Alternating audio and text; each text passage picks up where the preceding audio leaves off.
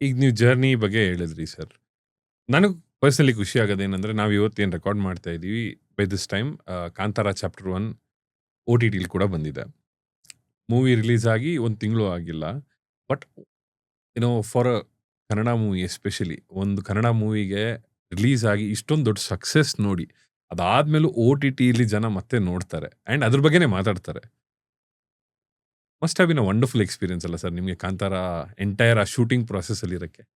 Definitely ಅದು once in a life time opportunity ತರ Kantara. Hmm. So ನನಗೆ ಹೆಂಗಾಗ್ಬಿಡ್ತಂದ್ರೆ ನಂದು ಫಸ್ಟ್ 2 ಫಿಲ್ಮ್ಸೇನೆ it's like a dream. Kantara 1 and so chapter 1. ಇದು ನಿಮ್ದು ಫಸ್ಟ್ ಫಿಲ್ಮ್ಸ್ ದಟ್ ಎಸ್, ನಾನು ಫಸ್ಟ್ ಸ್ಟಾರ್ಟ್ ಮಾಡಿದ್ದೇನೆ ಕಾಂತಾರ ಇಂದ and Kantara chapter 1 is my second.